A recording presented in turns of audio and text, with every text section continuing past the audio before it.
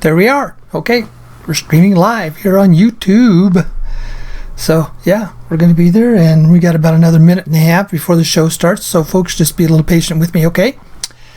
I'm watching the live screen, and then I see the delay on YouTube, so I got all these. When I'm not looking directly at the camera, it's because I'm looking at my computer screens, because I got these two giant screens in front of me. So, yeah, but yeah, we've got.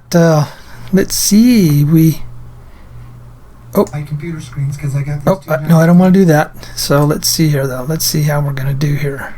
Yeah. Okay. Move that one. I'm moving my screens around here a little bit more, folks. So hold on here. We're going to be going live here in just a little bit. So yeah, let's see. What do we got here? Okay. Yep. We should be ready. Pretty good. Let me see. Let's see if I go to the event one. What does it say? It says live now, 36 watching. Okay, all right. Pretty good. Okay. Alrighty, okay, yeah. Let's see if I go to the event one. What does it say? Oh, didn't want to do that. 36 watching. Okay, all right. Pretty good. Here we go. Okay. Alright, okay, yeah. Let's see. Go to the event one. What does it say? Oh, didn't want to do that. 36 watching. Here we go. Alright, okay.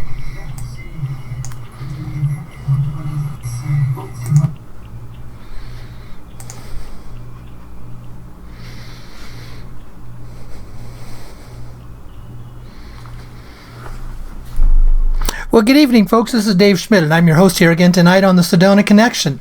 I want to thank everybody for joining us here tonight. It is 6 p.m. here on the West Coast. It is 9 p.m. on the East Coast here in the United States, and wherever you may be around this big, wide, wonderful world, joining us here tonight. And at my home in Sedona, Arizona, if you've been hearing about the news here in the Southwest, we're having this gigantic heat wave.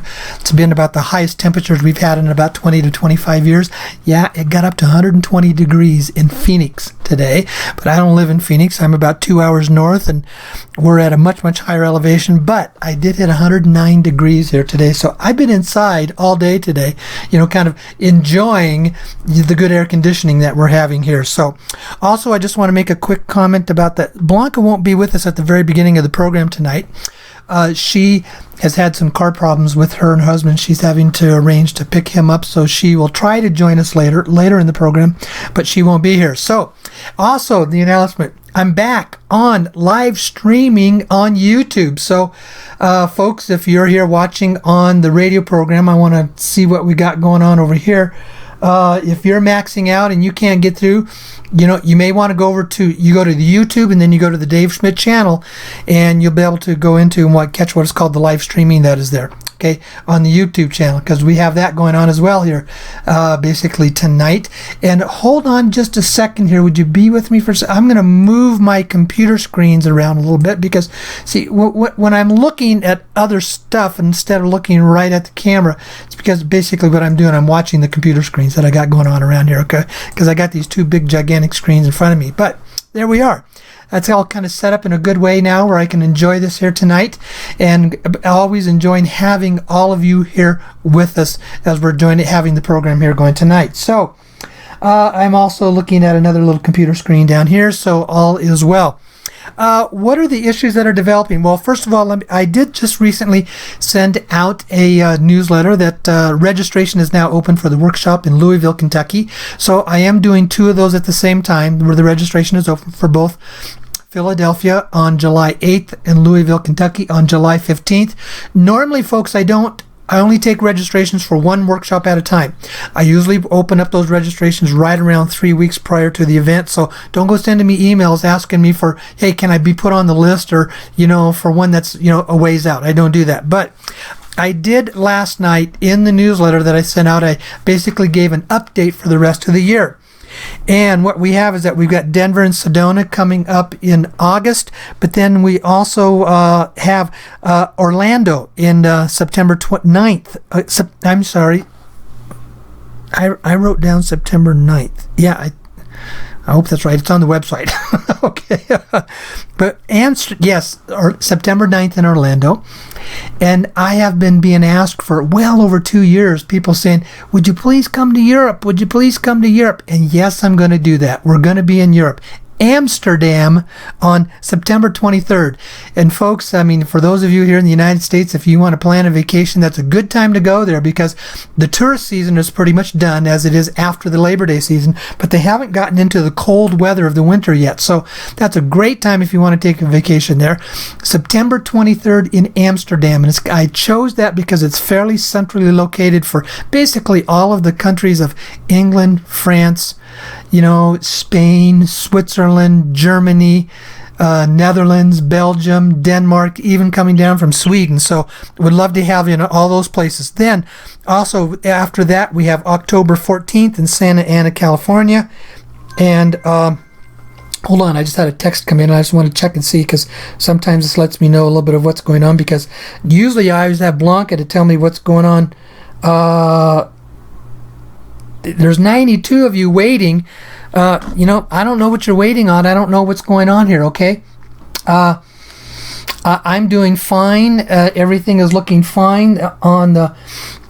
folks, if you can text me, if you can hear me on the radio, would you say that if you are waiting for on the live stream? I don't know why. Everything in front of me is looking okay.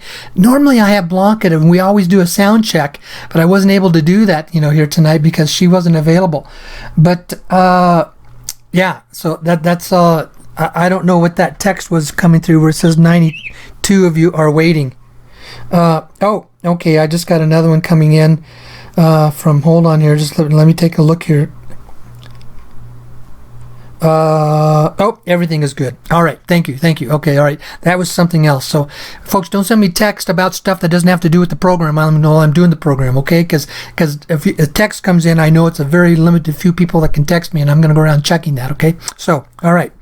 Okay, so I'm going to go back and I'm going to say Orlando, September 29th, Amsterdam, September 23rd, Santa Ana, California, October 14th, Dallas, Fort Worth, November 3rd, Minneapolis on November 18th, and Atlanta on December 9th. That's the schedule that I have for the rest of the year.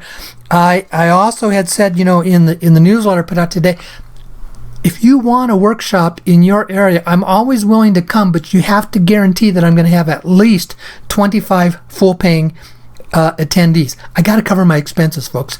Believe me, I'm not going to come and lose money. I just can't afford to do that, okay? And remember, it cost me usually between $2,500 to $3,500 to come and do a workshop. And I also have to make money out of that to pay all my bills because this is how I make a living, okay? So I'm always I can't just absolutely go just anywhere at any time, okay? It says it has YouTube that has 75 waiting, and I'm sorry, no. I'm looking at my YouTube and it says 93 watching now, folks. So I don't know what it is where it says that you've got that many that is waiting. Hold on here just a minute. Let me go see if I can go to another part of this because I don't know why you guys are on waiting and why you're not. I'm showing that I'm live and I'm showing that I've got a number that I've got 91 people that are watching it now.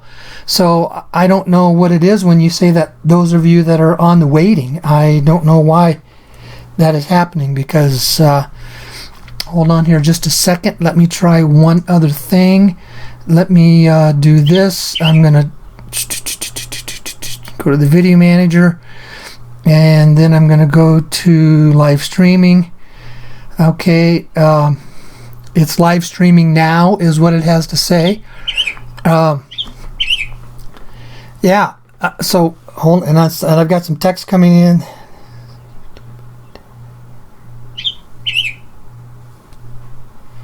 I don't know why you guys are waiting on YouTube because all I know is this tells me that I'm live.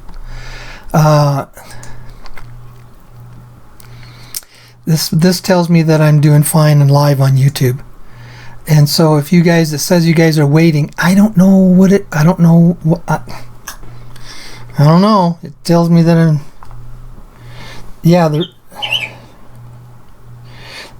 okay, and I'm going to, okay, all right. Okay. if you guys have got something that's waiting, you're basically not clicked into the right part of the YouTube channel, because I've got lots of other people that are coming through and are just fine. Okay? All right, so we're taking care of that. Let me go back and make the comments so I can finish up what I was saying about the workshops. If you want me to come to your community, I'm more than willing to do that, but you need to basically ascertain to me that I'm going to have at least 25 full paying folks to be able to come there, okay? Because that's what it takes. I can't afford to lose money. And that's what's happening with the one at Louisville. Normally, I schedule them about every 3 weeks apart. But the one in Louisville is basically 1 week right after Philadelphia. It was because a gentleman there had stepped up and he said, yes, I can assure you that you'll have at least that many people there. But then I always open them up to anybody who wants to come as well. But that's the scoop, okay? And always, the reason I express the workshops is because you really get the full picture of everything that's going on here. You have full, complete access to, we have extensive Q&As that will go on throughout the whole day that will last an hour to 2 hours sometimes, and I'm always willing to take anything that I can on the questions. I can give you the full background of what's going on. I can tell you the details of what's taking place as well. So basically, all of that is what is available, at the workshops that I just can't talk about here on the internet, and it's because of the confidentiality of my sources. Now, if you noticed, I haven't been here on YouTube for some period of time because I had been asked to go quiet. Things are changing in a very, very positive manner. That's all I can say on that, other than the fact that I can say that it's looking very, very good. But what I want to do is give you a little bit of an update so you can be very clear about what I'm talking about on this issue. I have a lot of great contacts that have very, very deep sources, and all of us agree on this. When you look at the type of money that is going to be released for these currency exchanges, you're not talking in the trillions, you're talking over $1 quadrillion. For that kind of money to be released, and for the vast majority of it's going to be in the United States, you better believe that the United States government, i.e. through the U.S. Treasury and Homeland Security, are going to control how much of that money is coming in. You see, if they don't, it becomes a national security risk issue. I am familiar with some individuals who have thousands and thousands of boxes of dinar, which means they're going to get over $100 trillion each one of them. And you have any type of an individual who has that kind of money, that's enough money that if 2 or 3 of them banded together, they could basically take over the world. That is a national security interest issue. That is why these funds are controlled by government entities, and predominantly the United States and China. They are going to control how much of this money is going to be released and when it is going to be released.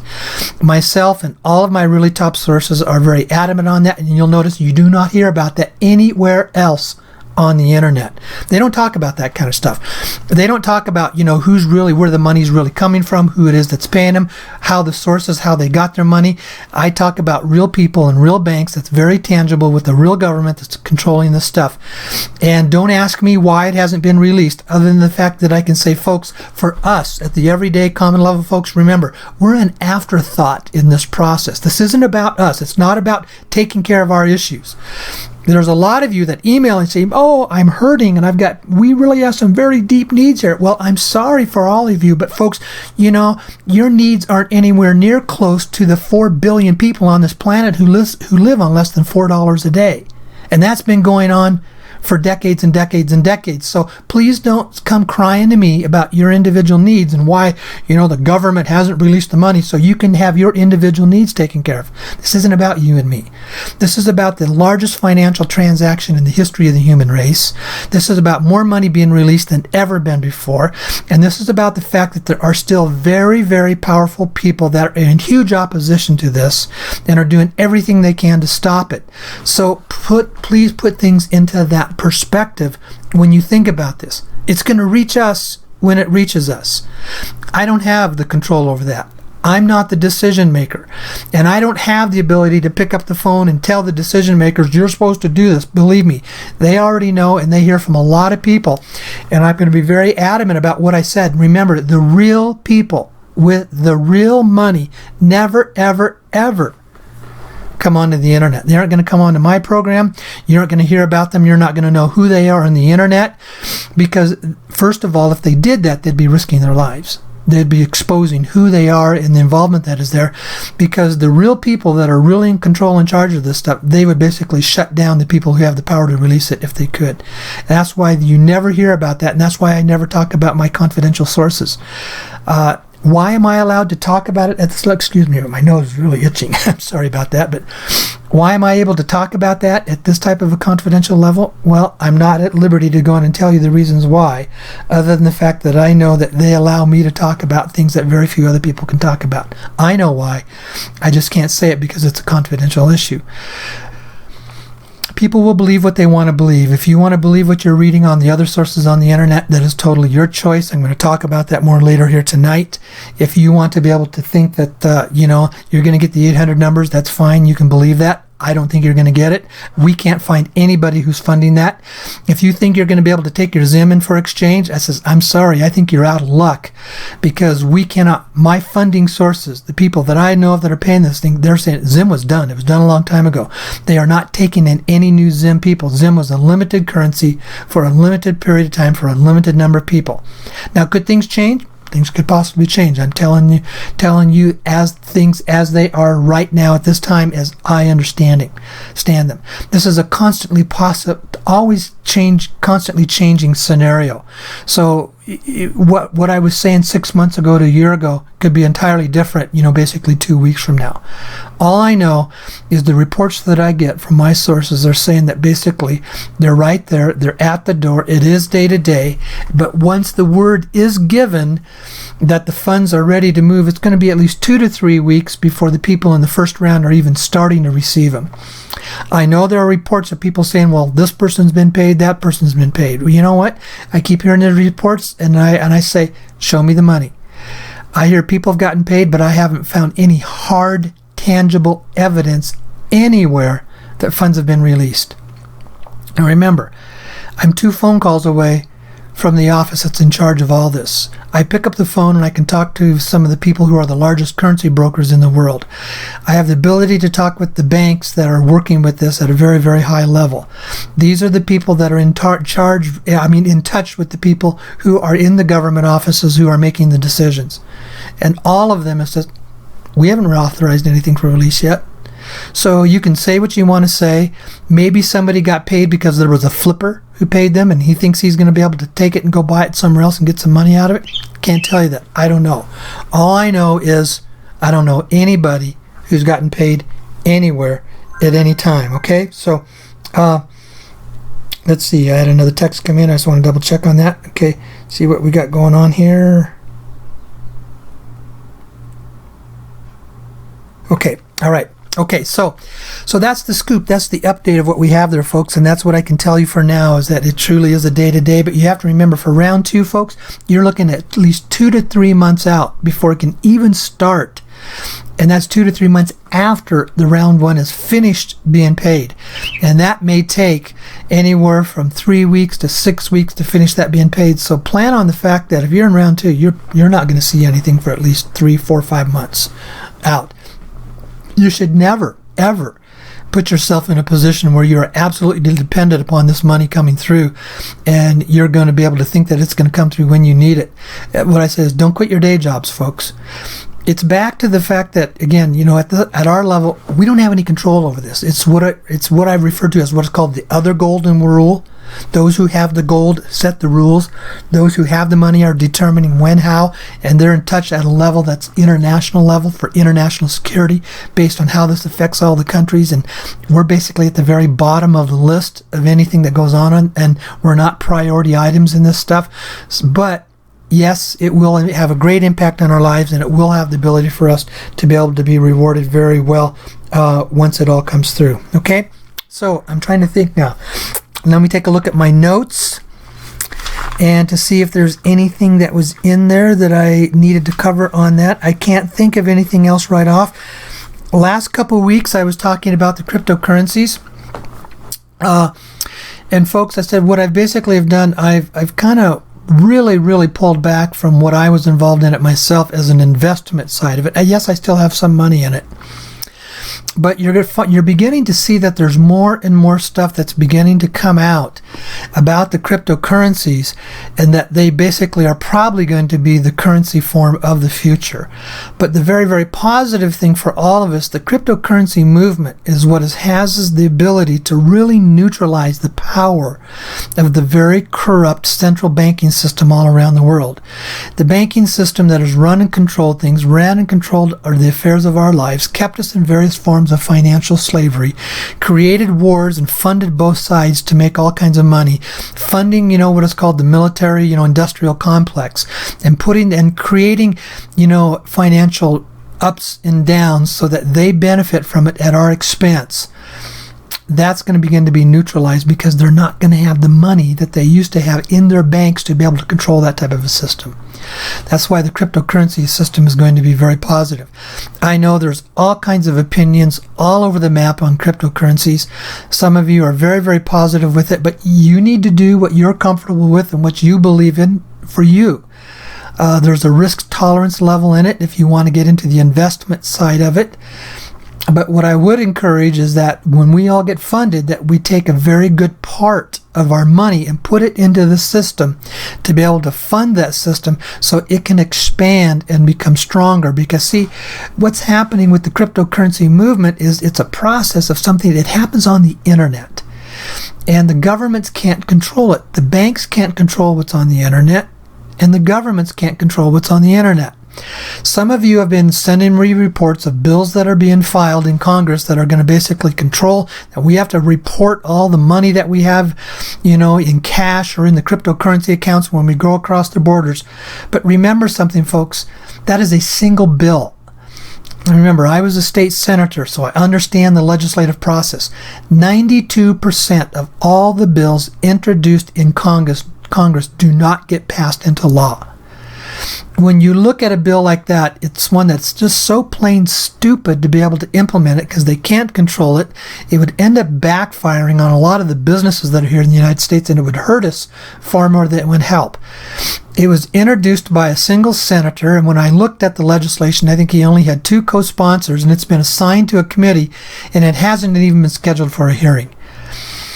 It's sometimes members of Congress, the senators or representatives, they introduce bills to do a favor to a constituent or to a lobbying group to make them feel good and says, well, I did my part to help support you, but you got to go out and now get the votes for it.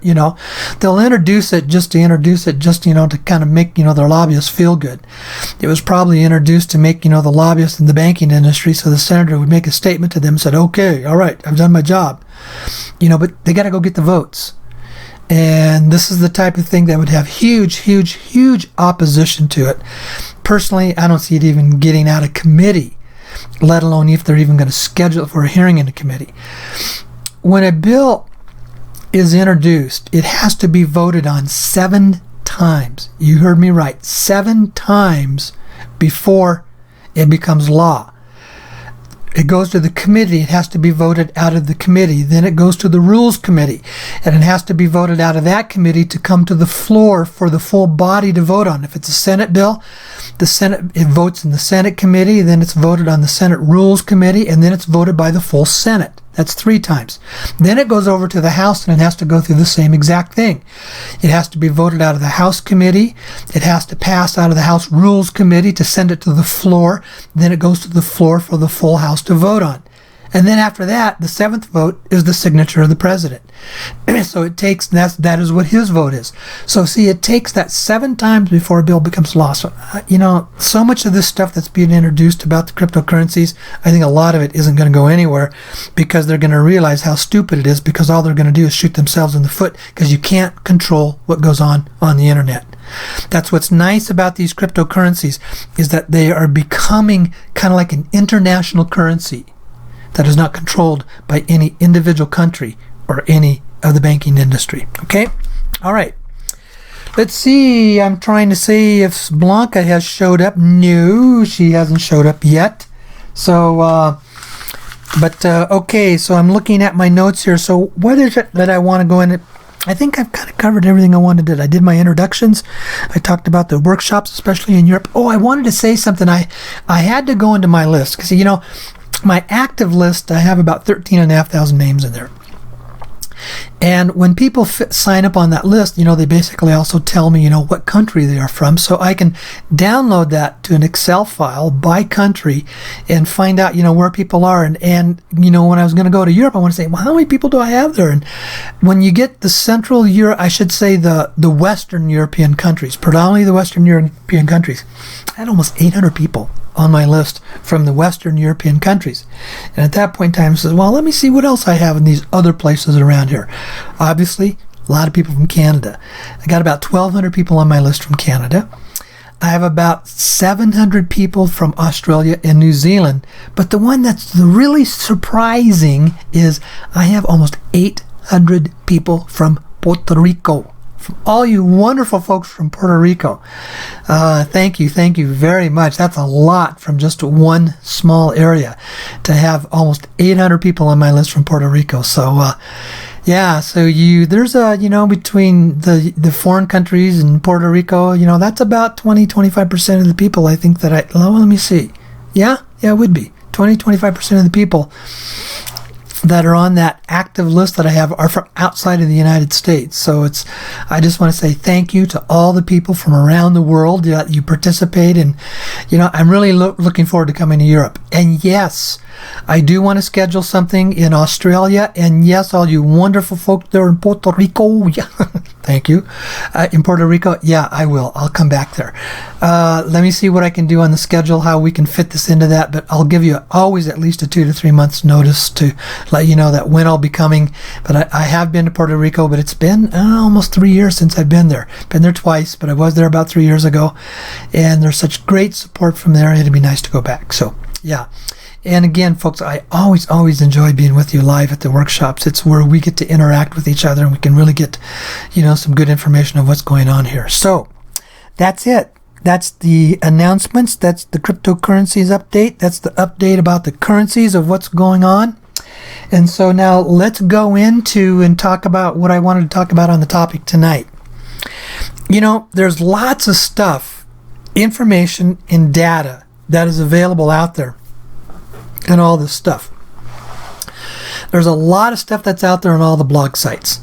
And the bottom line reality is that all the blog writers, so far they've been 100% wrong, that have talked about dates and rates and all that kind of stuff. And those are the ones that are always saying, well, the 800 numbers, they're coming out in just a few days, or next week, they're going to be right there. Or, they're saying, the banks, the processing centers, they're all there, all 12,000 of them, they've got all their employees in there and they're ready to go. And I'm thinking, yeah, give me a break. So 12,000 processing centers, you got 10 people at each one. That's 120,000 people. Where are these 120,000 people? Where are they? And who's paying for these 120,000 people? Even if it's only 5 at each one of those, who's paying for these 60,000 people to be sitting in these processing centers that you've been talking about for such a long time? And even if they had only 7,000 or 6,000 of these processing centers, there's going to be 400 or 500 here in the state of Arizona. Hello, I don't know of one. And even then just this week or last week, one of the blog writers were saying they're all being protected and staffed and manned by the military. The military are there in uniform with their guns to protect everybody that's coming in. I haven't seen any military around any of those processing centers anywhere around here. I can tell you right now, if there's 7,000 in this country, there's going to be at least one here in Sedona. And you know what? We'd know about it. We'd know about it. And because over the years, I've always challenged folks to just tell me, where are they? Just have just one of those people to call me or send me an email anonymously to say, hey, I am one of these people that's working at one of these spots. You see, that's the kind of information that keeps coming out, whether it's the information at these processing centers, how many processing centers they have, the 800 numbers are coming out. Or they're talking about that the Zims, you're going to be able to trade them on a dollar for dollar. And what you paid $50 for, you're going to go in and you're going to get $100 trillion. And you're going to become a quadrillionaire. And there's going to be thousands of quadrillionaires. And they're actually writing it. But here's the crazy thing. The crazy thing is there's 8,000 to 10,000 people that are reading that and believing it. Wow. At what point does this get crazy and impractical in contrast to getting caught up into the hype and the hopium message and what creates that type of stuff? Now that's what's going on the internet. I've had my close sources who never ever come onto the internet, never post on the internet, never come onto my show, and they've got contacts inside the White House, inside Reno, inside the what are called the intake centers, inside in Hong Kong, inside in Zurich, Switzerland, inside in the Philippines where these funding sources are. And these people are there and they're saying, well, this person says, the money's in his account and he's ready to go. And yet we find out they're wrong. They're just wrong, and they're never right. Personally, I've come to the point where I've told most of my friends, don't give me any of that stuff until it's hard, verifiable fact and evidence. I'm tired of listening to this 100% error reports that we've been listening to now for a couple of years. I don't want to hear it anymore. Because here's what I believe is, the people I'm in touch with are in touch with the office that is controlling this. They don't control the money, but they control when the funds are released here in the United States. And it says, until I hear from them, I'm not listening to anything else anymore. But why does this information, whether it's on the internet or off the internet, why do people keep saying this? Why does this information keep coming out? It was really interesting when I was reading some stuff a couple months ago, and then I started putting all this stuff together. When information comes out that's very stimulating to you, that is very tantalizing to you, that it can be very, very positive information for you, and it's filled with data, it's very stimulating. And what it does, it stimulates the part of your brain that is the same part that gets stimulated through drug addictions, through various type of addictions, whether it's a sugar addiction, a drug addiction, various substance addictions. It's the data itself, data and information that is exciting or stimulating can be just as addictive of the substances that we have. It stimulates the same part of your brain. And you get people that really get excited about this. And that's why I think you can have 8 to 10 to 12 to 15,000 people out there that are reading these blog sites every single day, and they keep reading them, and they never question the integrity of what's being said when it's been 100% wrong, because the information is so stimulating, it turns into an addiction. I remember when I first started this about 4 years ago, I found myself really excited about what was the reports that were coming from TNT Tony. I'd get up in the morning, and the first thing I'd want was, what did Tony write about overnight? What did he say last night? And before I go to bed, the last thing I do is check and see, what did he say today? Because of all the stuff that he was saying, it was very stimulating. And I found out that it was kind of controlling me. And it seemed very reasonable when he said you can exchange your dinar at $3 and $3.50. But when he started going up to $5, and then a week later it was at $6, and then a week later it was at $8, and then a week later it was at $15, and a week later it was at $20, and it went all the way up to $35 a dinar, I'm realizing, hey, something here isn't real. Something here isn't quite. This takes a reality check. And that's when all of a sudden I began to realize that I allowed myself to get sucked into all this tantalizing information that he kept putting out. But at least I had what I call a check on myself to say, when this gets kind of out of bounds, to really check what's really going on here. How realistic is it that the U.S. governments and the other governments are going to allow thousands, tens of thousands of people to become quadrillionaires? What does that kind of money released into the global economy do?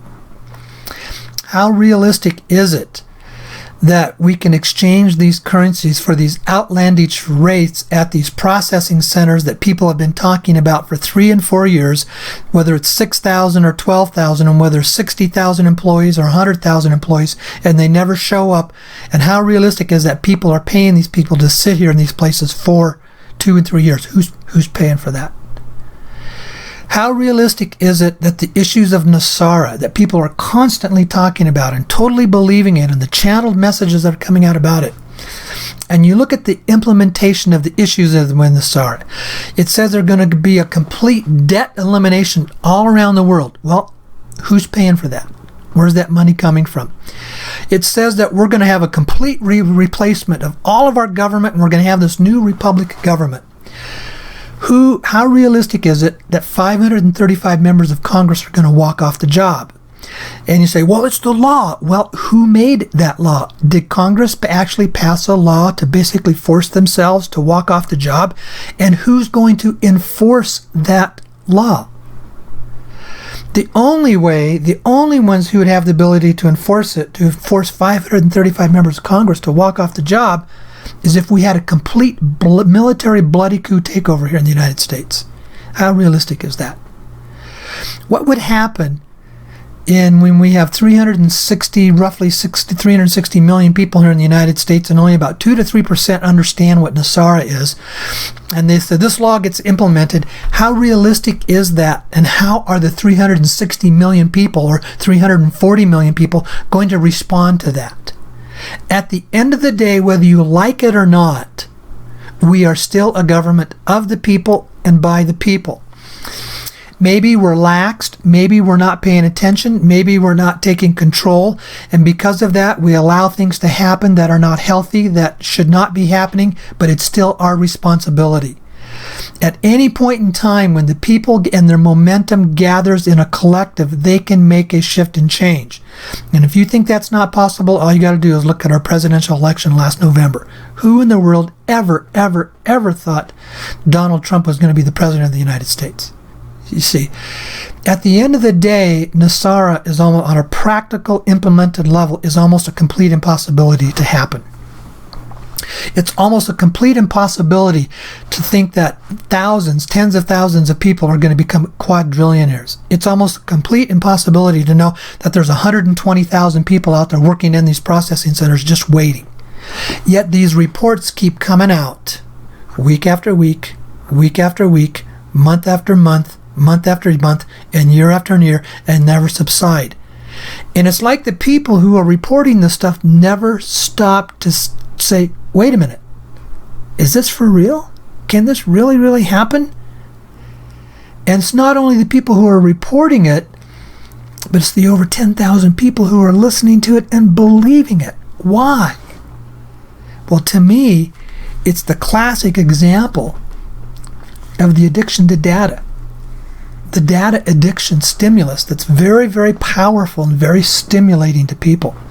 And that's what creates a scenario like this where people keep believing in stuff like that. I have worked very hard to make sure that everything that I do has tangible reality to it. That the people that I am talking to are very real, very tangible people that are in positions of expertise and experience for what they do. The bank contacts that I work with are people that have been doing this stuff for 50 and 60 years. Some of the people that I work with are people who have been on these off-market trading platforms for 50 years. These are banks that deal with multi-trillion-dollar transactions on a regular basis. That's real-world experience, and these people are not conspiracy people. When it talks about the money, I says, okay, I'm familiar with these 5 different trusts that are so large that if any one of them could write checks and spend their money freely, any one of them could take over the world. But you want to know what? They can't. They can't even write checks because the governments won't let them. Because at the end of the day, it's not who has the money, it's who has the biggest guns, folks. It's the countries or the entities that have the biggest guns are the ones that are really calling the shots on this. And in our case, it's the government of the United States with its military power. They are going to be the final sayers of when this stuff is going to come forward and when it's going to happen.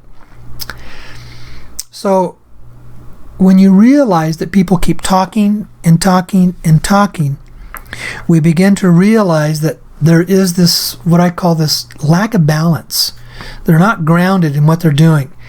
I want to go back and follow up where I was almost before I got off there a little bit. When I talk about the money sources, it's because I've been told with the people who are in control of this that this is real money, that both the United States and China has been working on the trading platforms, these off-market trading platforms, for over 25 years.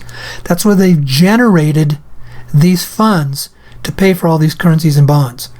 So it's not some hypothetical account that is out there in the woo-woo land or it's not some channeled messages that are basically non-physical, non-tangible that are coming forward and talking about it. And it's not coming from these, channeled sources or these otherworldly sources of the elders or witch grandfathers or whoever it is. No. These are real people with real names that have decades and decades of experience in dealing with this stuff. And also it comes from real, what I call inside intelligence sources. And I want to show you, I can pick up the phone and I can talk to people inside the FBI. I can pick up the phone and I can talk with people who have extensive experience inside the CIA. I can also pick up the phone and talk with some friends that I have that basically are not counterintelligence agents. They train the counterintelligence agents. They are the one that trains the scores and scores of counterintelligence agents for all of our different agencies each year. They have extensive networks of what you would call on the counterintelligence level. And these are the people that I can talk to.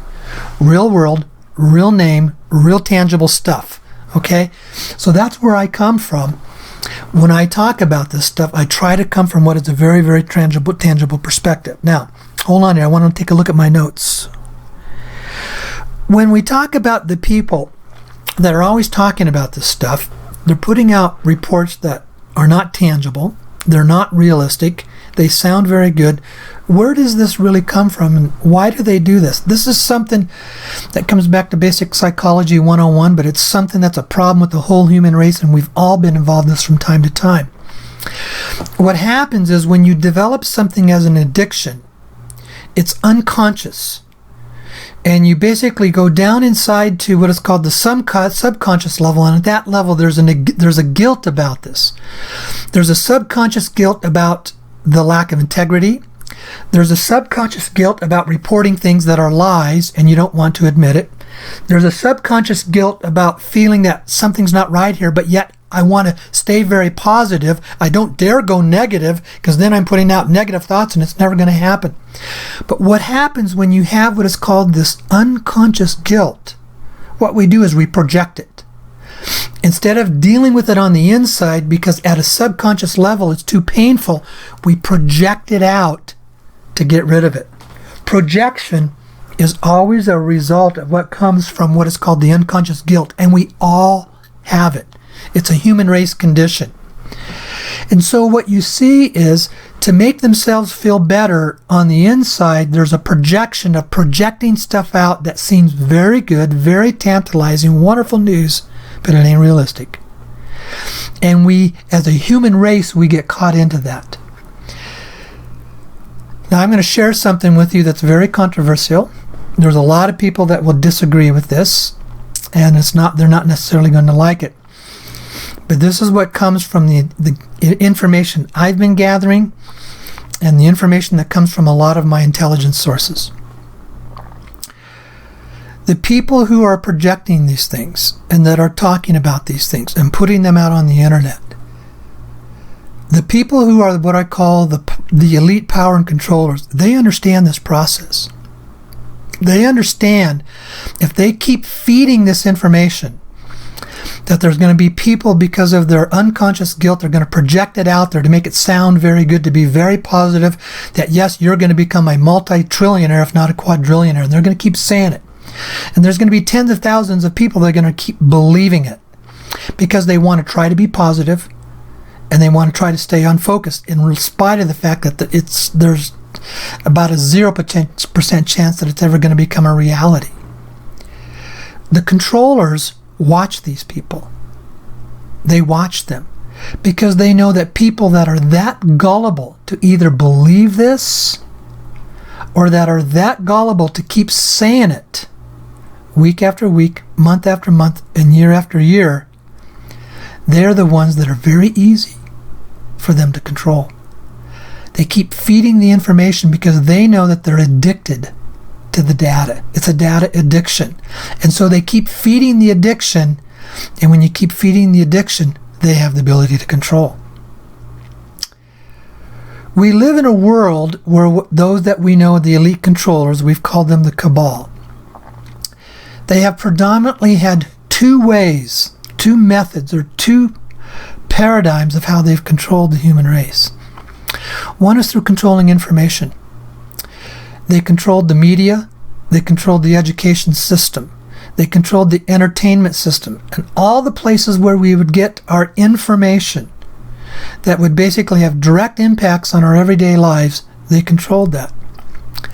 Well, what's happening is they're realizing that that paradigm is falling apart. And that's because of the blessing of the internet. Prior to the internet, they controlled all the flow of information. Because of the internet now, we can get information that is contrary to what they're putting out. And we can learn from each other from what we learn on the internet. That's been the blessing of the internet. They're losing that control. There's a second step, though, that they've used, a second paradigm, and it's controlling the power of money. They've been able to control the power of money through the central banking system. And the central banking system is basically designed as a pyramid. We're at the bottom working our jobs in basically slave jobs. And when I say slavery jobs, the jobs control us totally with our time, and we don't have time to do anything else. And the money flows up and up and up to the top to where it's controlled at the very top by them. And it's the massive power in the elite that controls the money at the top. And they control what gets flowed down to us, and they don't allow us to progress, to become too strong. They control the flow of money through the banking system. They create the market expansions. They create the market collapses to be in control. These are the people that know how to become billionaires when markets collapse, such as what happened in the real estate collapse of 2008. They control this money system, and they control the information. Those have been their two predominant paradigms. But these people are not stupid people. They've understood what was coming. And what's happening now is they're beginning to lose the power and control of the financial system because of the cryptocurrencies. They realize that they need this money in their banks because they control its flow going on down through. And if you get half the money on this planet ends up going into the cryptocurrencies instead of to the banks, then they've lost a lot of power and control. They know that. And again, it's the blessing of the advent of the internet. See, what the internet has done, the internet has empowered us, the everyday folks. It's empowered us with information. It's empowering us now to become in control of our money sources, and so that we don't have it under their control. But these ruling elite are not stupid. These are the people, you've heard of me talk about some people that I were aware of that were some of the groups of some of the most powerful scientists in the world. These groups were never public. These are the groups that these scientists were so powerful that no government could control them, but the vast majority of them were benevolent. These were scientists that they're 50 to 100 years ahead of anything that's available to us and to the public, and they know that. These are scientists that would say when you were watching Star Trek 30 years ago, everything that they could do on Star Trek, we could do for real. They could time travel. They could teleport their bodies. They could move their bodies. They could make things, material items appear right in front of them, out of nowhere. Because they understand the power of thought. They understand the power of the energy of thought, and they know how to be able to materialize those things and do that stuff. Well, the cabal and the elite know that too. And so for the last 30 years, they've been watching and observing them and understanding what is coming forward. And here's what is my opinion. The cabal is letting go of the old paradigms of information and money. They're going to release that to us. But their new form of paradigm of power and control, it's using the technology of today to control thoughts. It's using the technology of today to create an artificial intelligence system. It's using the technology of today to create a world that we saw in the movie of the Matrix series. To create a world of an artificial intelligence, to create a world out there that is not real, but it's all controlled by various forms of technology. And you want to know what? They can do it now. They had the ability to do it 30 years ago, and the technology is advanced where it's so far advanced today, they are controlling people, and they don't even know it. They have the ability, it's what's called the MK Ultra Artificial Intelligence System. They have the ability to use satellites to direct certain electromagnetic energy thoughts down to an individual. They have the ability to use cell phone towers to be able to bring cell phone electromagnetic impulses through your phone or to you directly within a 5 square meter area. That's their future. Because see, these cabal people, it's not about the money. They don't need money. They don't need information. They have access to all of it. It's about power and control. And they're realizing the old paradigms are collapsing, but they're moving into the new one. And the new paradigm is the future of artificial intelligence. Now, here's what I'm going to say that's very, very controversial. And I'm very serious about this because I've had multiple discussions about this with my friends in the intelligence arenas. We've been talking about this for months, and I've known this for over a year. I just had never talked about it before because I knew when I did come out with it, it was going to create some very deep controversy. The people who are caught up into the constant data addiction, constantly giving information that turns out to be false, constantly putting out information that is not realistic, that has very little probability of ever coming into being, you better believe you are the prime suspects for their control. You see, they're already controlling you by the information that they're giving you. You think it's coming from the elders. You think it's coming from channeled sources. You think it's coming from these elite sources of people who know their stuff and that you think you can trust. Well, that's your choice. I'm telling you from the sources that I have and the information that I have, it's the people, the tens of thousands that are getting caught up into believing that they're going to become overnight trillionaires and quadrillionaires with no opposition. And they're deeply believing that, and they're not stopping and thinking through the reality of it. You're already in a form of being mind controlled by believing such senseless, stupid stuff. And you are the prime targets for that happening. Now, when I say that, don't think that I am not aware of it. Because it was about a year ago that I personally had an experience where they attempted to control me. They tried to get me. And I experienced it. I experienced a period of time where I realized I couldn't talk, I couldn't formulate my words, and I was losing control over my thoughts, and I didn't know what was happening. And it really woke me up. It woke me up to start doing the research of what I'm bringing to you tonight. And I realized they tried to get me. But here's the very, very positive thing. There is an antidote. There is a way out. There is a way that you can protect yourself, because these electromagnetic impulsive waves that they bring at us, there is a power energy that you can neutralize that, where you can set up an immunity to yourself. I'm not going to share that here over the internet. If I shared that over here on the internet, I would have a backlash against me. I would probably have people coming after me. One of the things that I haven't shared here on the internet it was a few months ago I had a direct attack on my life, an attempt to kill me. They attempted to kill me because they know what I know. They know who I am in contact with, and they know the information that I know. And they didn't want me talking about what I'm saying tonight. But sometimes it's just time. It's time to do that. Now, having said that, it's also important you to know, folks, I don't have any fear. There's no fear here for me. I don't go around thinking about this stuff all day long, because I've known how to build the immunity to it so it doesn't even impact me and it doesn't even affect me. I do talk about that at the workshops. And I do tell you how you can set yourself up to have this type of an immunity. And you better believe that is the thought forms that are coming. That is the control systems that are coming in the future. And they already have the technology to implement it into hundreds of thousands of people, but they're doing it on a step-by-step basis. They tested each step along the way. I understand how they do it through electromagnetic energy.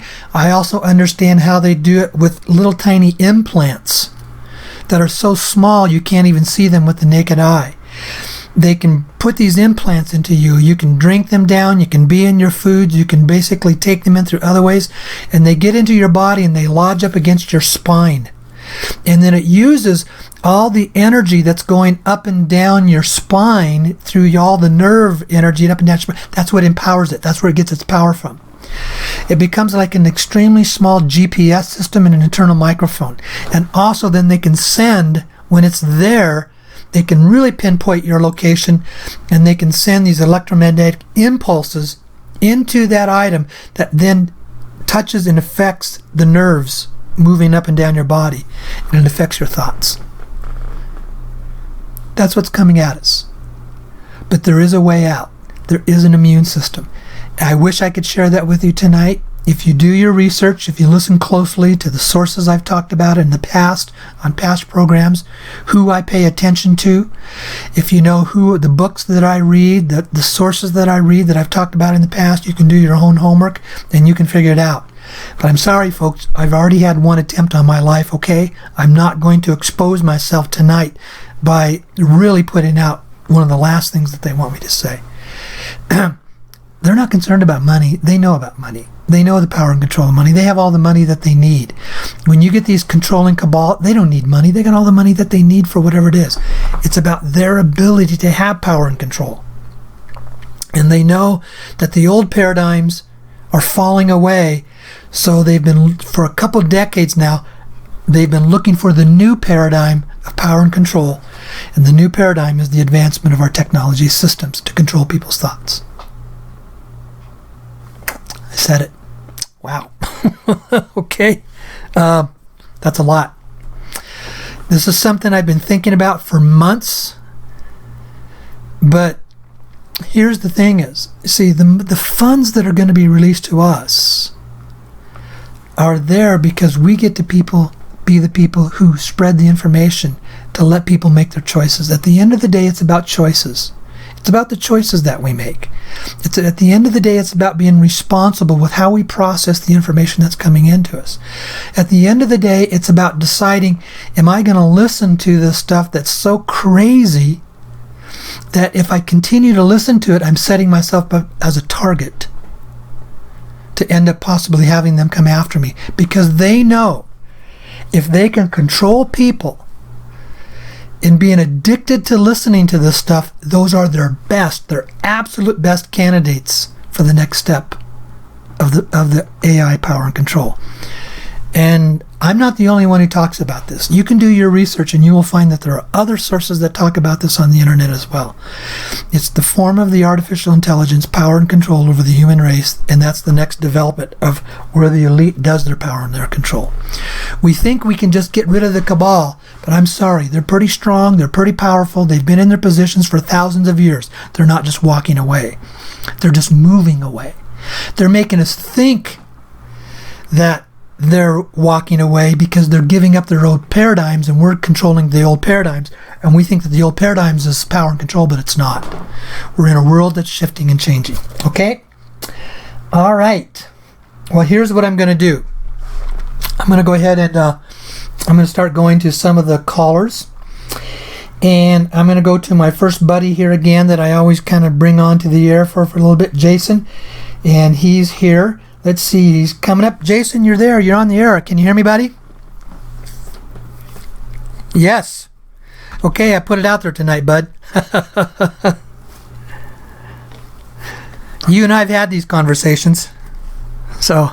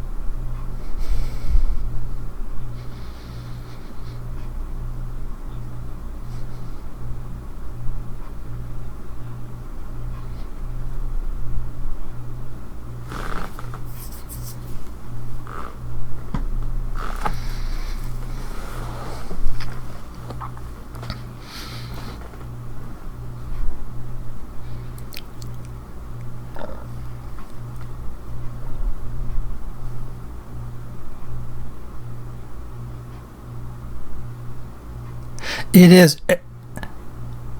And let me be clear about that. I still listen to them, but I don't put any attachment into what they're telling me. I don't ground it. I don't get caught up into it. I just let it be there. And if it does get to be a little bit of annoying, I say, don't tell me until you know you got something that's tangible. Let me hear the tangible stuff, not just when it's tangible, I'm more than willing to listen to it.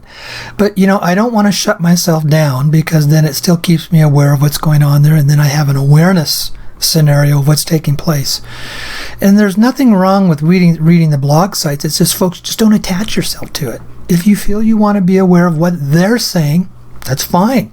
Don't allow it to be a barometer for you that you can judge how realistic is this. Is this realistic? And then it gives you a barometer you can use to find something else that is more practical and tangible and realistic. And I don't have to be your only source. There's lots of other good sources that are out there. Just don't attach yourself to it to where it becomes a form of an addiction, where you got to have it. You got to have data. You got to have information. That's when you know it's dangerous.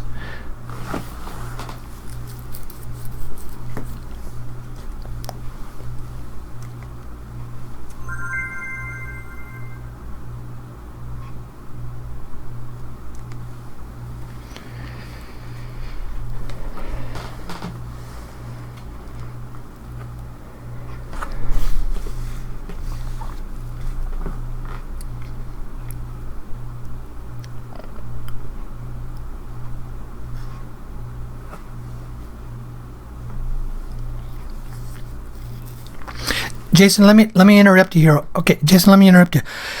I had somebody send me a text saying that they can't hear you. Can you turn up the volume on your computer, or are you talking on the phone, or on your, or are you? Do you have this on? I think you were listening to YouTube.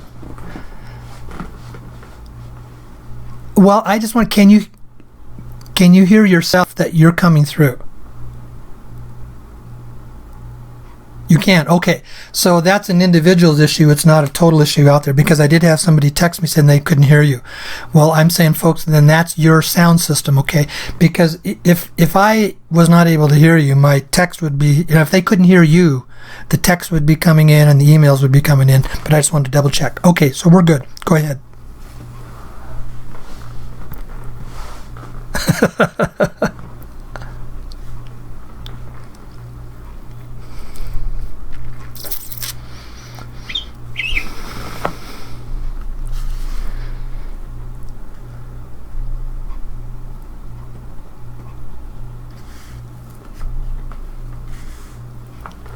Good.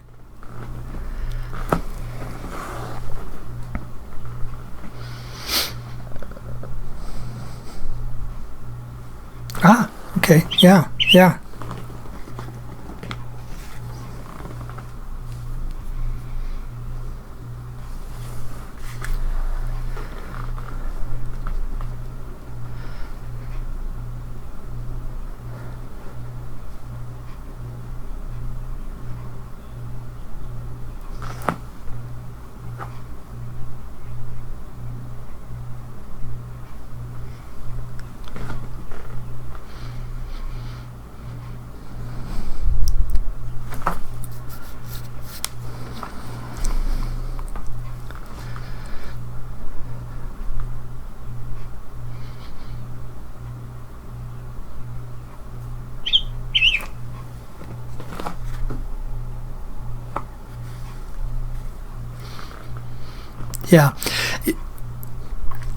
No. I've had 4 of them now come in and says, no, they can hear you fine. So you're doing good. And if I can kind of repeat, what you said, what I said last week. Now, folks, what you do obviously is your choice. You get to do what you want to do, but just simply do the math. If you've got a lot of dinar, what we're beginning to hear from some of our buyer sources is that, dinar may be drying up, and that they aren't going to be buying any dinar in the second round. And it's because it was so overprinted and so oversold. But just even forget that. To buy 1 million dinar will cost you 13 times more US dollars than 1 million dong. And the dong is not trading at 13 times the amount of dinar. you could sell your dinar at a 25% loss. Take that money, go buy dong with it, and you're still going to end up with over twice what you would have with the dinar that you had.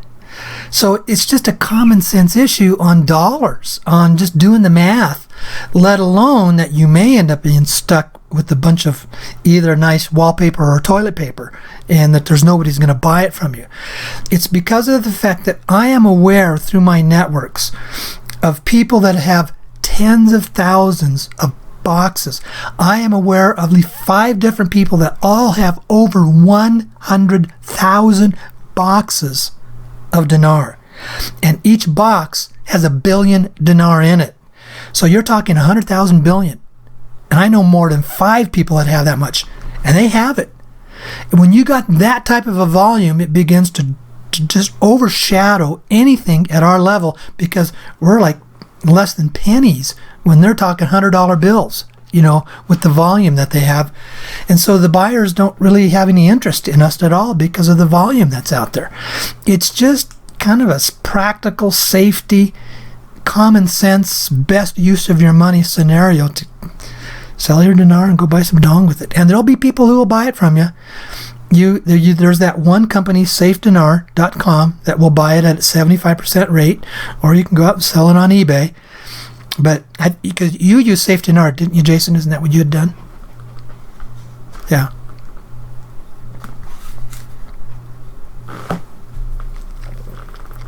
Yeah. Okay.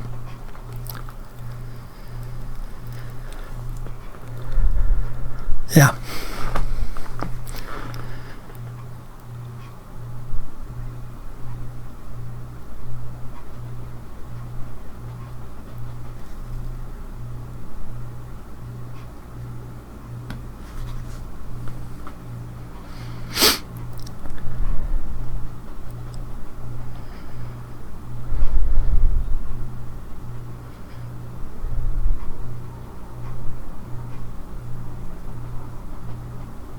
Yeah.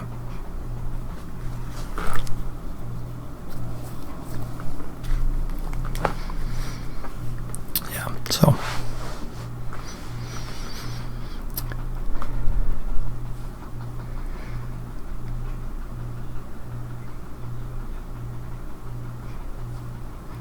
Good. Okay. All right.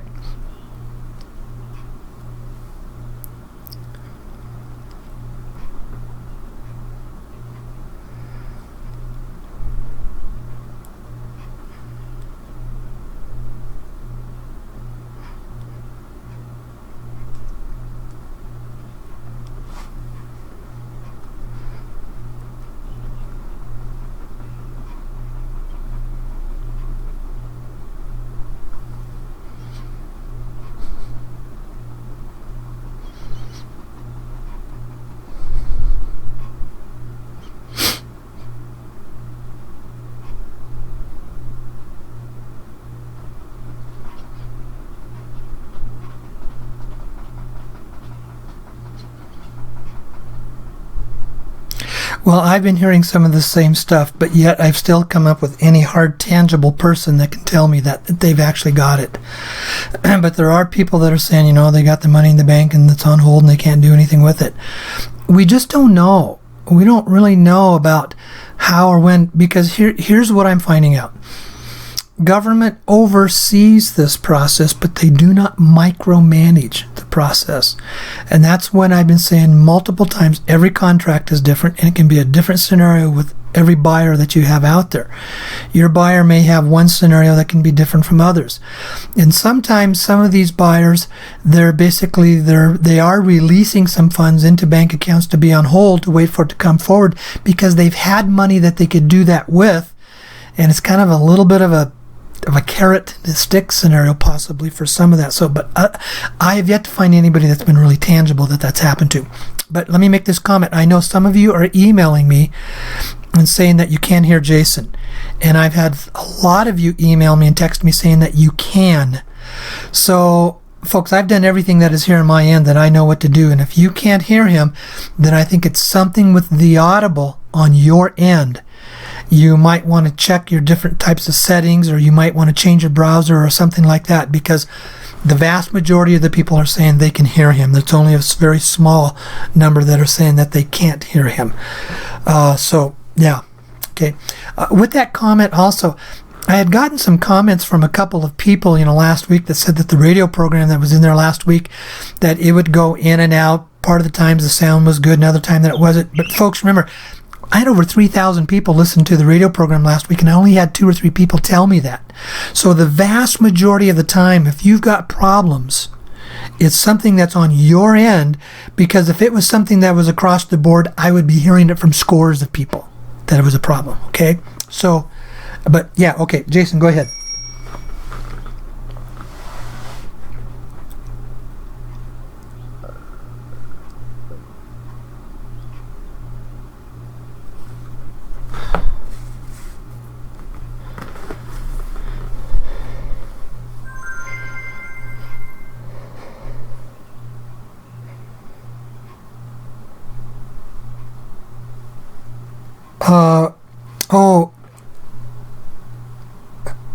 Oh,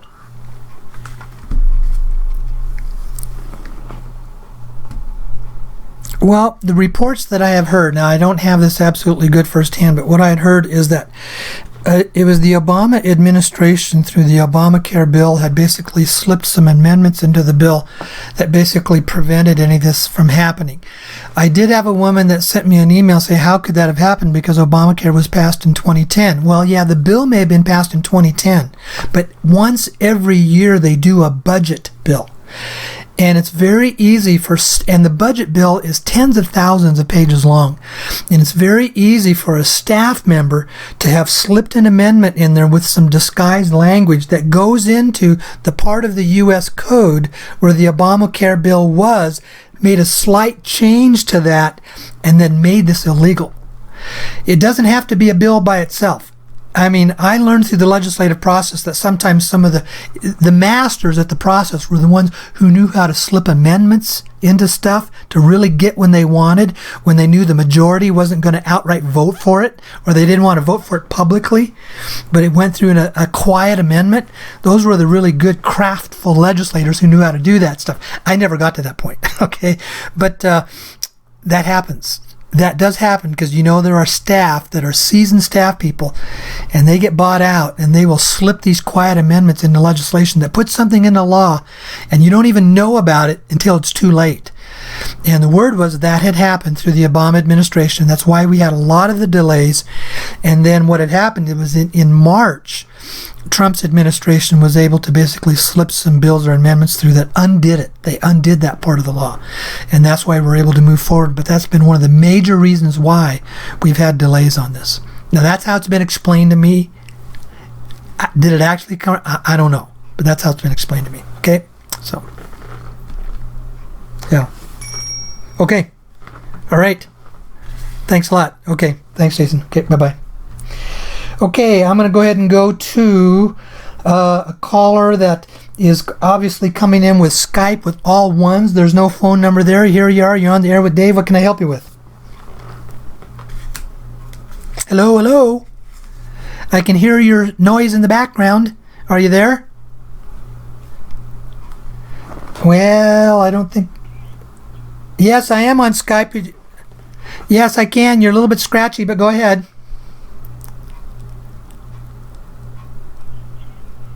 Okay. You're coming through pretty scratchy. Do you have a quick question that I can answer for you?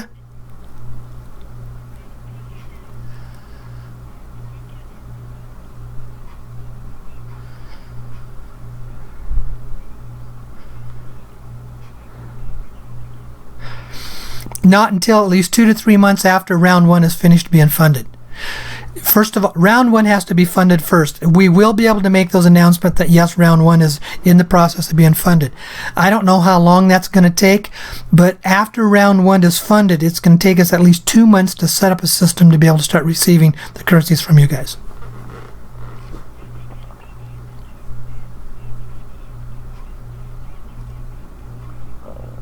No, nobody's been funded. Nothing's been funded.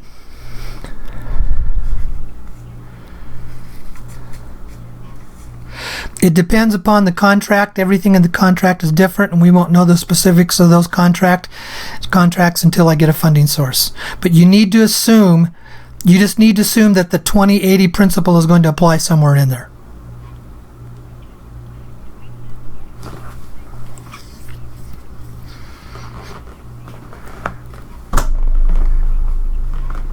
It all depends. Depends upon the details and what is there. And what we'll do is that we will assign a staff person to you, and they will work with you on a one-on-one in how you want, that money that's in the escrow account, how you want it to be spent. We work with you on that.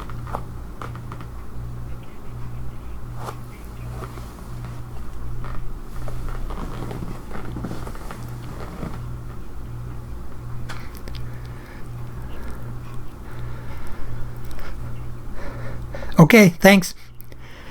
All right, have a wonderful evening. Okay. All right. Okay, bye-bye. Okay, because I don't have Blanca here tonight, I just go right straight to the folks because we don't get to screen you in advance. So I'm going to go to the next person here, area code 702. Area code 702, you're on the air with Dave. What can I help you with tonight?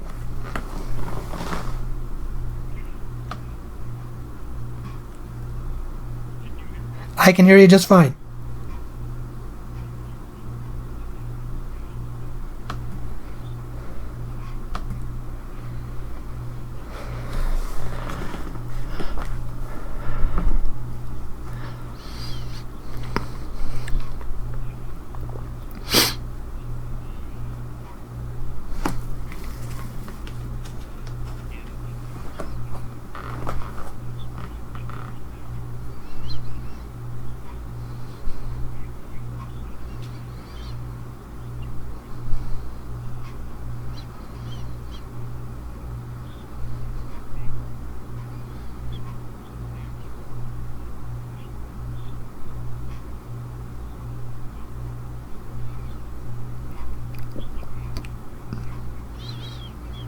Well, I think, no, but I think it's back to what I had said on the previous caller. Some of these bills have thousands and thousands of pages in it, and there's no way that the members have the ability to read it.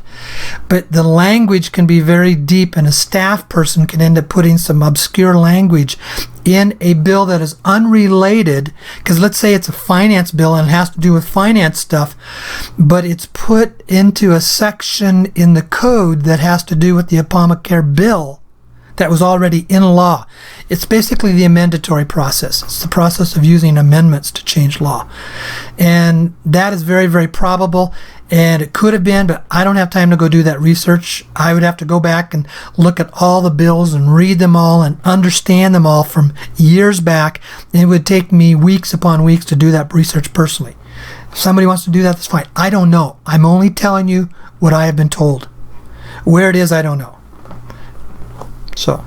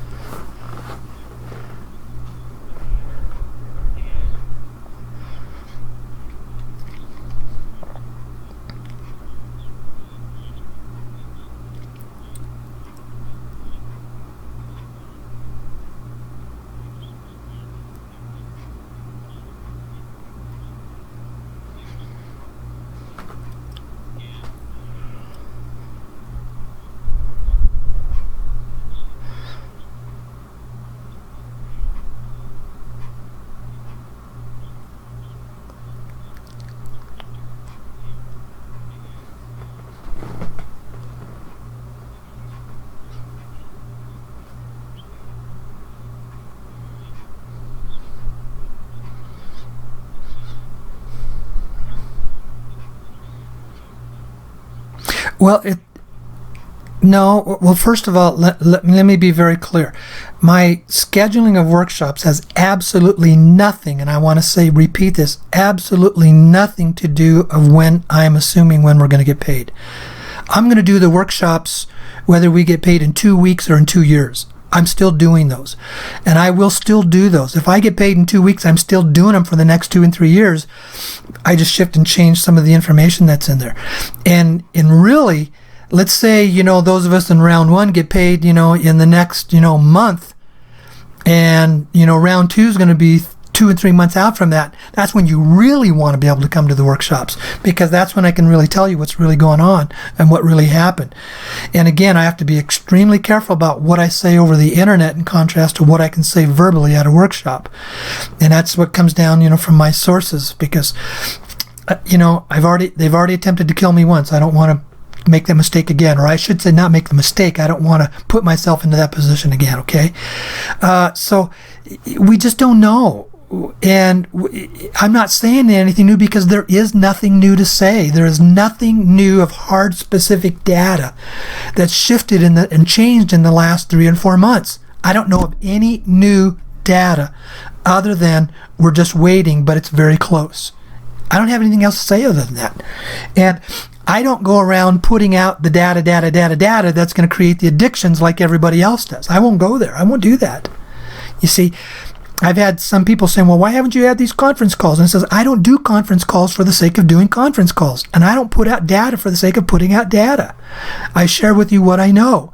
And if something new, specific comes up, yeah, I'll share that if I can. If not, if I'm being quiet about it, it's usually pretty good news. Sure.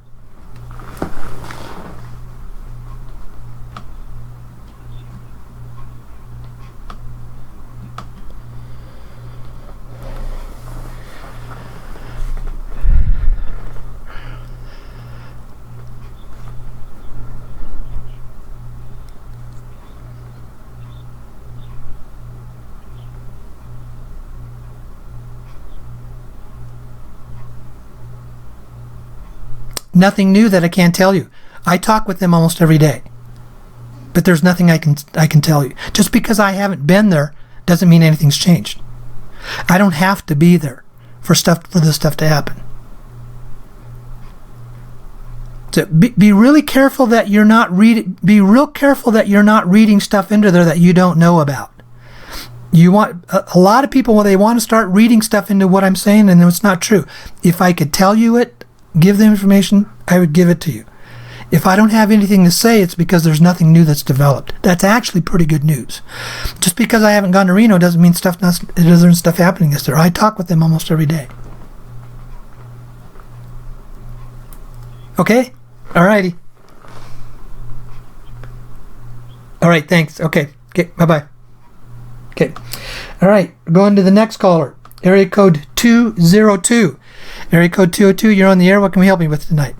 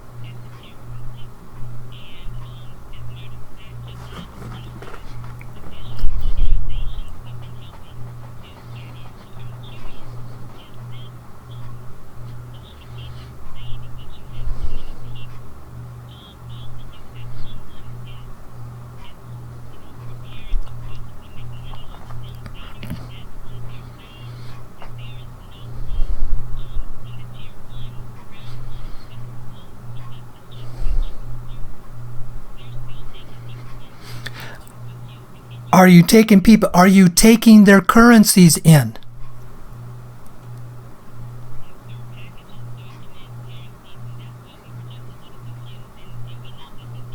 Okay.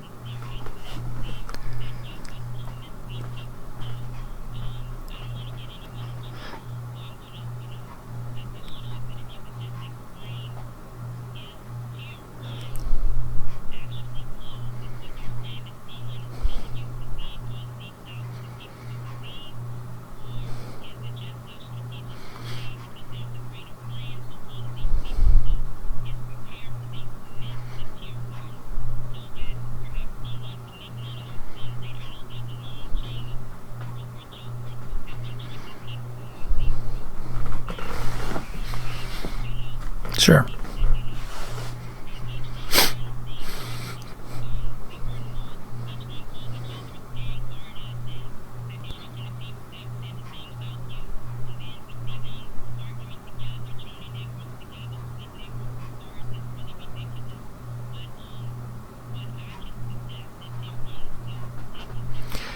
Well,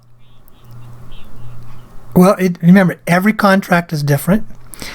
And you can have somebody who's taking currencies in, but is there a buyer that's going to send that money out to them in the next 2 to 4 weeks? Are they going to get paid in the next 2 to 4 weeks? See, that's the issue. And I don't know.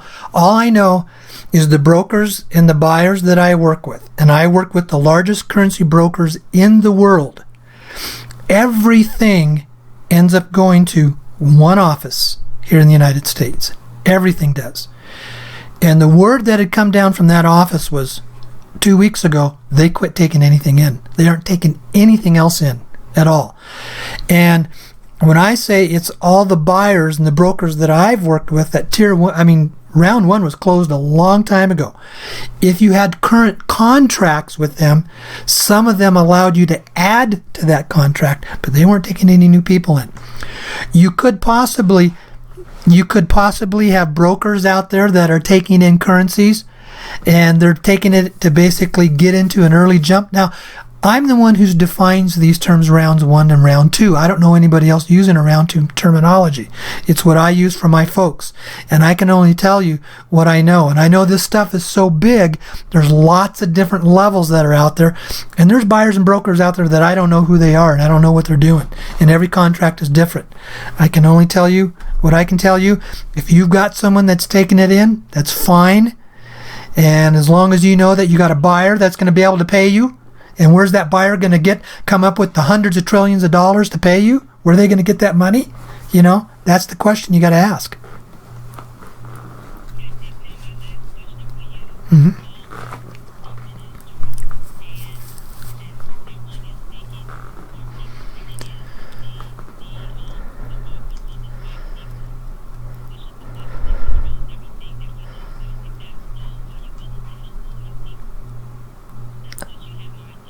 No, because I don't have a buyer and a broker who's taking anybody in. I don't. If you want...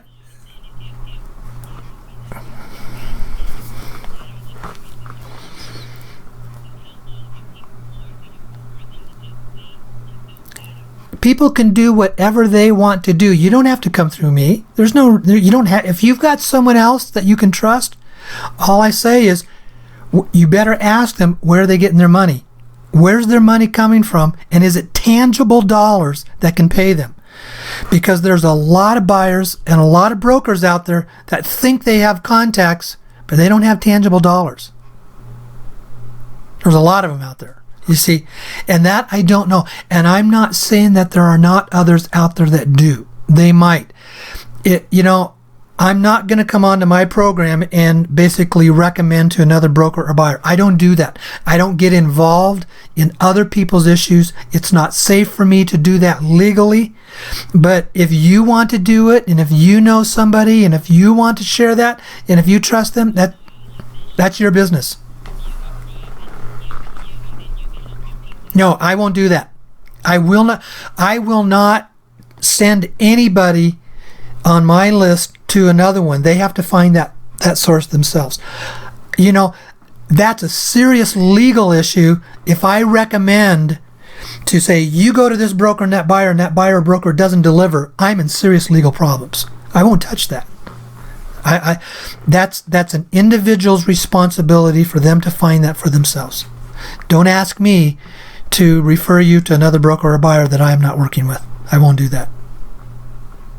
I don't want to end up in jail. Okay? I don't.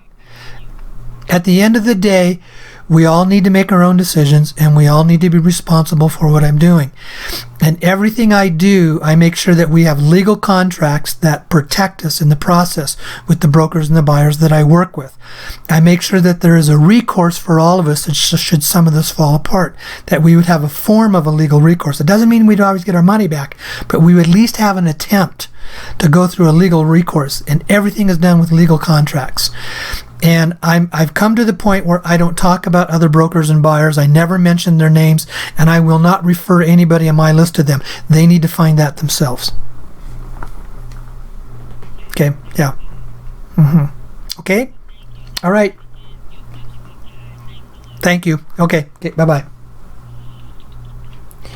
Okay, let's see. Oh, wrong one there. I clicked on the wrong button. Now we're going to go to one more caller at area code 909. Area code 909, you're on the air. What can we help you with?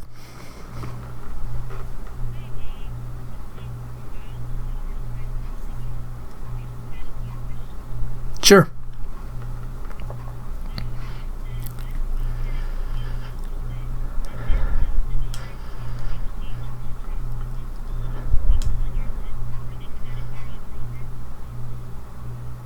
For round 2, yes, but I cannot guarantee that there's going to be anything in the dinar. That's starting to, possibly, but the dinar is starting to look very improbable because there was just way too much out there. So you remember, at the end of the day, somebody has to buy it from us, and that somebody has to have hundreds of trillions of dollars to pay us.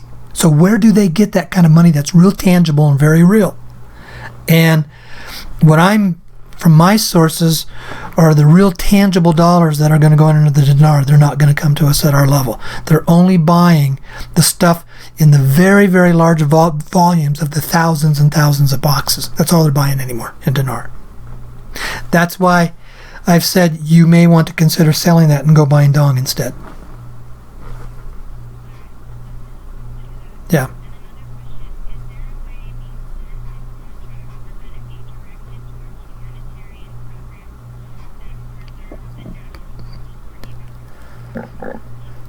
What you do with those money is your business.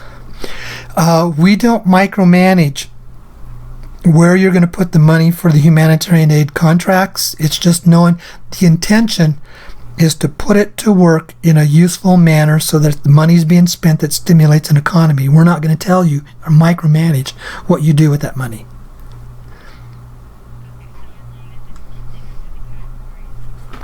Sure.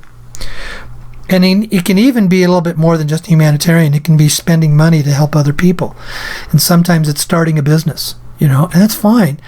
The issue is your money gets spent, because when you spend it, it has what is called the rollover factor and stimulates the economy around the world. And you put it to good work. You put it to work in that you're spending it into a good manner, and it's not something that's criminal activity or dark activity or something like that.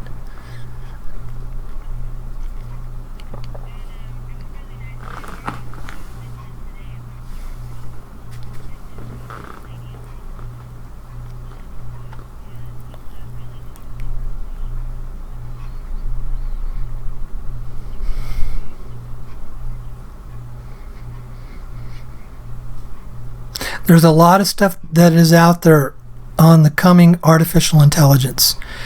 And when I use the word coming, I'm using that lightly because really it's been around for 30 years or longer. And it's to the point now where the technology is so advanced it's going on and you don't even know it. You have to be really sensitive to yourself, to your feelings and your emotions. You have to learn to move into what is becoming an intuitive person. An intuitive person where you are aware and you're in touch with your thoughts, your sensations, and your emotions, your feelings that are going on in the world around you. If you are at that place, you'll pick up this stuff very quickly. If you aren't aware of that, of your own life at an intuitive level, you're a prime target for them to control you. Prime target. In essence, if you're a person who's asleep, if you're a person who's asleep to what's going on in what I call the shadow world, and you're just out there functioning, in what our culture throws out there is what's supposed to be a fun life, you're a prime target for artificial intelligence. And that's not, yeah. Okay, all right. Okay, thanks a lot. Okay, bye-bye. That's all the people that I had that said they wanted to come on the program tonight. So, folks, thank you very much for listening here. I hope I didn't say too much that was too much of concern. I just want to touch a little bit what I said there. This issue of artificial intelligence, there's lots of information out there that you can do your research on that's out there available on the internet. Just be aware, be perceptive of what it is you're taking in and what you're listening to. The most important thing is don't allow yourself to get caught up into fear. Fear is your greatest opposition. Fear would be your greatest problem. Fear is what will make you more susceptible to that than almost anything else. Because when you're operating at a place of fear, your whole intuitive senses are coming down to shutting down at a very low level to be aware of what's going on in you. Because it so dominates your thought process, you're not aware of what's really taking place. The important thing is to be in that place of peace. Be in a place where you know you're in control. Be in a place where you're not letting other things out there and around you control your thoughts and your emotions. Be the master of that within your own life. When you get to do that, then you can be very much aware of what's coming at you and what's going on around there. And again, it's what I can share at the workshops. And I've been sharing this at workshops now for at least 2 to 3 months about this process. I share this. It's a part of the program that I share about the coming artificial intelligence world and how we can be immune to that and how we can shut ourselves off, that we have this form of an immunity that we build up around ourselves that it doesn't even affect us. But that's the coming world. And the Matrix series of the movies displayed that very, very clearly, and what it's coming in. And it's, in fact, if it's not, it's already here in some forms. And what we get to do as the people who receive these funds is to have the resources to counter that message. We have the resources to be able to help counter that proposition. And it's about an education system, and it's about people being open and listening, willing to listen. It's about us as a collective waking up to the reality of the world that we live in, so you don't stay asleep of what's going on out there. Okay? Okay, folks, I think that's all that I got here for tonight. We're running or closing up the program a little bit early here tonight because, or did I? Nope, I haven't had anybody else that's calling in that wants to be there, so... All right, folks, what I'm going to do, I'm going to go ahead and shut down the live YouTube video.